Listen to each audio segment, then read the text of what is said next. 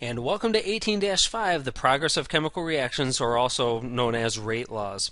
In this section, we're going to take a look at how we express the rate as an equation, and we're also going to talk a little bit about what that tells us in terms of the mechanism of the reactions. Now, if you recall back from 18-1, we did talk about how fast reactions proceed. So if we take a look at a reaction where, say, A is turning into B, we can plot the change in the concentration over time. And so what we notice is that initially, of course, you're going to be using A up and you're going to be forming B. So as the reaction proceeds, you're going to lose A.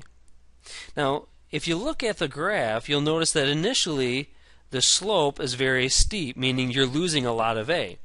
But as the reaction proceeds, the rate at which you use A up is going to decrease and decrease. The reaction is slowing down. Now you know that this is going to be true from 18-1 because you're losing concentration. At high concentrations, rates are going to be faster because you have more collisions, more frequent collisions. At lower concentrations, you're going to have fewer collisions, meaning you're going to have less reaction. And this is characteristic of many reactions where they're going to be slowing down as the reaction proceeds. So if you want to express the rate of reaction, you cannot express it using a simple number because it changes. So you have to express it using an equation, and that equation is called the rate law. Alright? So let's talk about how we write these rate laws, and we'll take a look at that first reaction that we were dealing with at the top where A turns into B.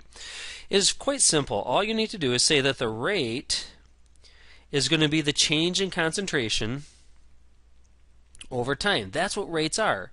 They're changes over time. When you talk about the speed of a car, you're talking about how fast it changes its distance versus time. In terms of chemical reactions, we're talking about how fast does it change the concentration per unit time. Now, we know that this value is going to be negative because you're going to be losing the concentration of A. And since we simply like to deal with positive numbers, we're going to put a negative sign out here. That is not going to be critical for the understanding of this chapter. It's just something that you should be aware of. All right?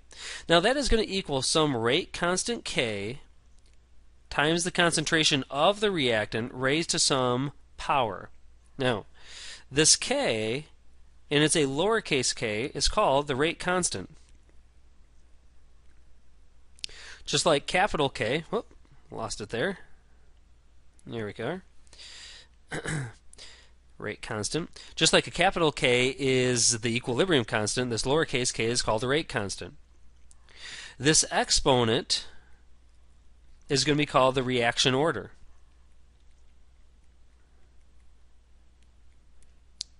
And it must be determined experimentally.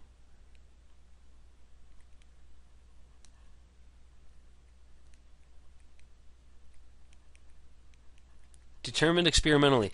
It does not come from the balanced equation. This is not equilibrium where you just raise it to the power of the coefficient. It's not that way in rate laws.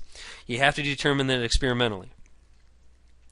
So let's show you how we determine that experimentally. It's actually fairly straightforward. You're going to look at some data where you adjust the concentrations, and then you're going to observe the rates. Now, if you double the concentration and the rate doubles, we call that a first order reaction. And that means that that exponent would be a 1. If you double the concentration of the reactants but the rate quadruples, we call that a second order reaction. And in some cases, when you double the concentration of the reactant, the rate does not change, and in that case, it is called a zero order reaction.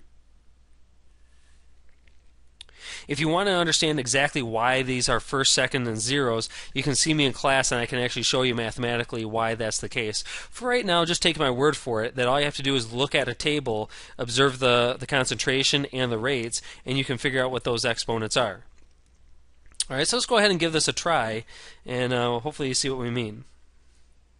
So you have the following data collected on the same reaction. We are still talking about the reaction where A turns into B.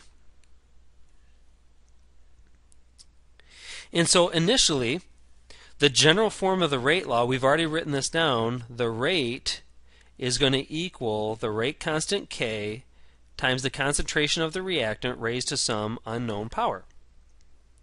Now, if we have more reactants, we will actually add those into this equation, but we only have one reactant here, so that's all we're concerned with. We do not include the products. The reason is simple. We take all of our rates before the products even form, or they form appreciably, so we never have to worry about any reverse reactions or anything like that. So we're only concerned about the forward reactions in this case. So let's go ahead and determine the reaction order. Remember from the previous page, you simply compare the concentrations and then compare the rates.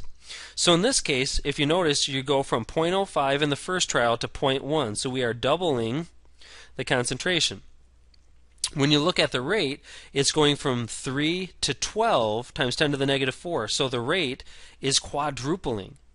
Well, if you go to the previous page, if you double the concentration and the rate doubles, it is a second order reaction, and so therefore that exponent is going to be a 2. So the rate will equal the rate constant K times the concentration squared. It's a second order reaction, so therefore the exponent is a 2.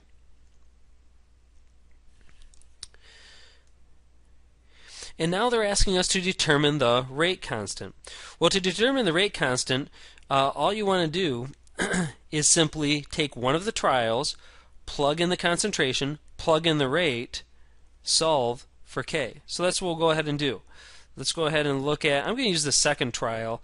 The reason why I want to use the second trial is because we're dealing with ones. I like to deal with easy numbers, so we're going to say the rate, which is 12 times 10 to the negative 4, is going to equal the rate constant K times 0.10 squared. We plugged in the concentration and we plugged in the rate from trial number 2.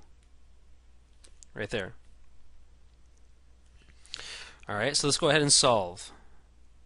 We're going to divide both sides by 0.10 squared by 0.10 squared. And now K is going to equal 0.12.